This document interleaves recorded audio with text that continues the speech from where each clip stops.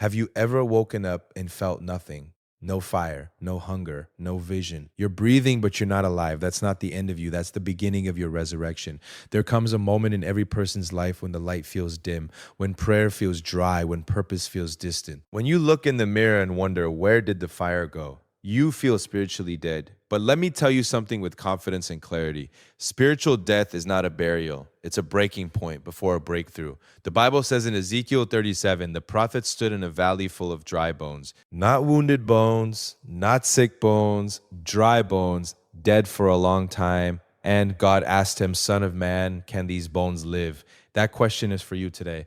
Can your vision live again? Can your discipline return? Can your faith rise again? Can your purpose breathe again? The answer is yes, but not without action. When you feel spiritually dead, the first step is honesty. In Psalm 51, David cried out, Create in me a clean heart, O God, and renew a right spirit within me. He didn't pretend. He didn't perform. He didn't posture. He admitted he was empty. Stop pretending you're fine. Start confronting what's broken. You cannot heal what you won't face. You cannot grow what you won't acknowledge. Ask yourself, where did I lose discipline? Where did I compromise? Where did I stop showing up? Write it down, name it, own it. Clarity is the first spark of revival. In Ezekiel 37, God didn't tell Ezekiel to pray quietly over the bones. He told him to prophesy to them. Speak, the bones were dead, but the word was alive. Some of you are waiting to feel motivated before you act. That's backwards. You speak before you see. You declare before you feel. Proverbs 18:21 says, Death and life are in the power of the tongue.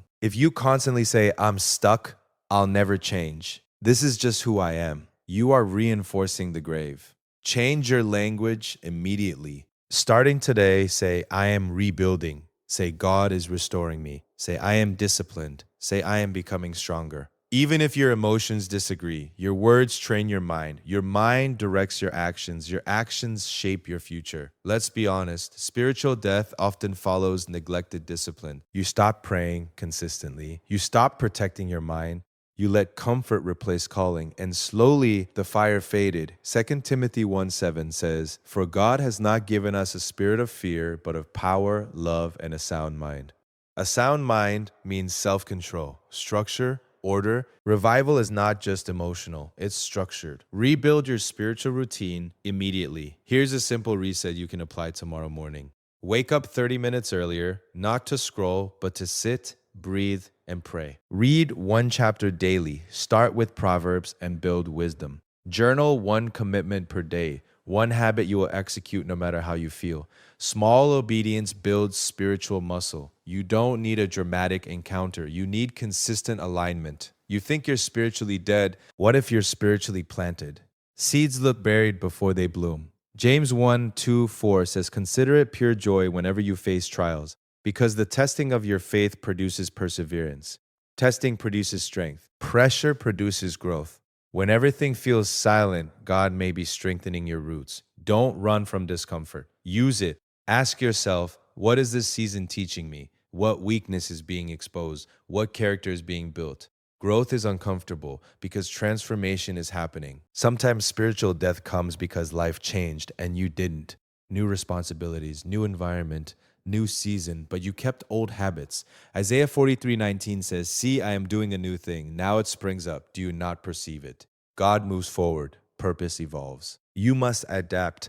Audit your life. What worked last year may not work now. Maybe you need new mentors, new boundaries, new disciplines. Staying the same in a new season creates stagnation. Adaptation is not weakness, it's wisdom. When purpose fades, passion dies. Jeremiah 29:11 declares, For I know the plans I have for you, plans to prosper you and not to harm you, plans to give you hope and a future. You are not random. You are not accidental. You are not forgotten. But purpose requires participation. Re-clarify your mission. Ask yourself, who am I called to impact? What problem am I equipped to solve? What gift have I neglected? Write one sentence that defines your purpose. When purpose is clear, discipline becomes easier. Dead environments drain living people. 1 Corinthians 15:33 says, Bad company corrupts good character. If you are surrounded by complacency, negativity, and excuses, you will feel spiritually drained. Upgrade your circle. Seek people who challenge you, correct you, inspire you, and pray with you. Growth is contagious. So is stagnation. Choose wisely. The greatest danger of this moment is inspiration without implementation. James 1:22 says, "Do not merely listen to the word, do what it says." Knowledge without action produces frustration. So here's your immediate action plan. Tonight, delete one distraction, write one commitment, send one message to someone who strengthens you. Tomorrow, wake up earlier, move your body, feed your spirit, execute your one commitment. Consistency revives confidence. Spiritual death is often spiritual fatigue. You fought battles, you endured setbacks, you carried responsibilities, and you got tired. But tired is not finished. Galatians 6:9 says, "Let us not grow weary in doing good, for at the proper time we will reap a harvest if we do not give up."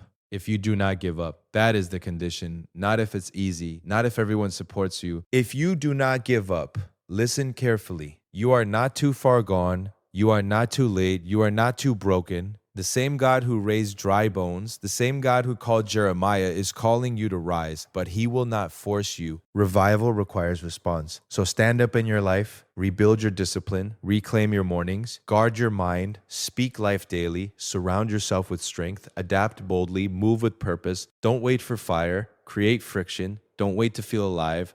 Act alive. Because when you act in faith, life follows obedience. This is not your ending. This is your rebuilding season. This is your rising season. The valley is not your grave. It is your training ground. Now breathe again, speak again, move again, believe again, and rise.